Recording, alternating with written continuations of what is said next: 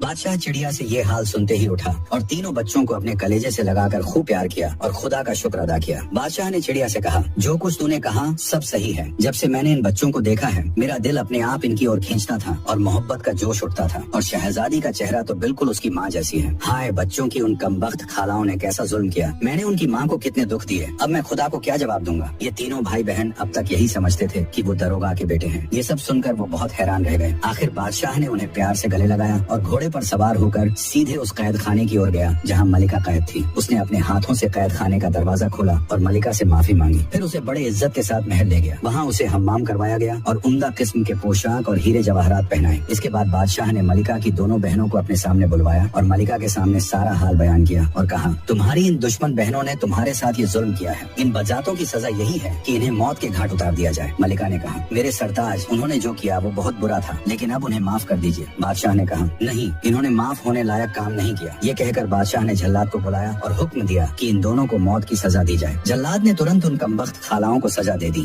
اس کے بعد سواری تیار کروائی گئی۔ بادشاہ اور ملکہ شہزادوں کے محل پہنچے۔ بادشاہ نے تینوں بچوں کو ملکہ کے سامنے کیا اور کہا، دیکھو خدا نے تمہیں کتنے خوبصورت لال بخشے تھے، اور تمہاری ظالم بہنوں نے ان کے بدلے جانوروں کے بچے تمہارے سامنے رکھ دیے اور انہیں نہر میں بہا دیا، لیکن خدا کی مرضی کچھ اور تھی، اس نے انہیں بچا کر آج ہم سے ملوا دیا۔ اب خدا کا شکر ادا کرو اور اپنے بچوں کو گلے لگاؤ۔ ملکہ نے بے اختیار ہو کر اپنے بچوں کو گلے لگا دیا۔ اپنے مصیبتوں کو یاد کر کے وہ سب دیر تک روتے رہے۔ آخر بادشاہ نے کہا، بیگم خدا کا شکر کرو کہ اس نے تمہیں تمہارے بچوں سے ملایا اور تمہارے سارے تکلیف دور کی، اور مجھ سے جو بھی بھول ہوئی مجھے معاف کر دو۔ ملکہ نے کہا، میں نے سب معاف کیا، میرا خدا اور رسول آپ کو معاف کرے۔ پھر دسترخوان بچھایا گیا اور سب نے ایک ساتھ کھانا کھایا، اور ملکہ بادشاہ بار بار اپنے بچوں کو دیکھتے، انہیں گلے لگاتے اور خدا کا شکر ادا کرتے رہے۔ اس کے بعد بادشاہ نے ملکہ کو پورا محل، فوارہ اور گانے والا پیڑ دکھایا۔ پھر وہ چڑیا بھی دکھائی اور کہا، بیگم اسی چڑیا کی بدولت ہم سب بچھڑے ہوئے ایک دوسرے سے پھر ملے ہیں۔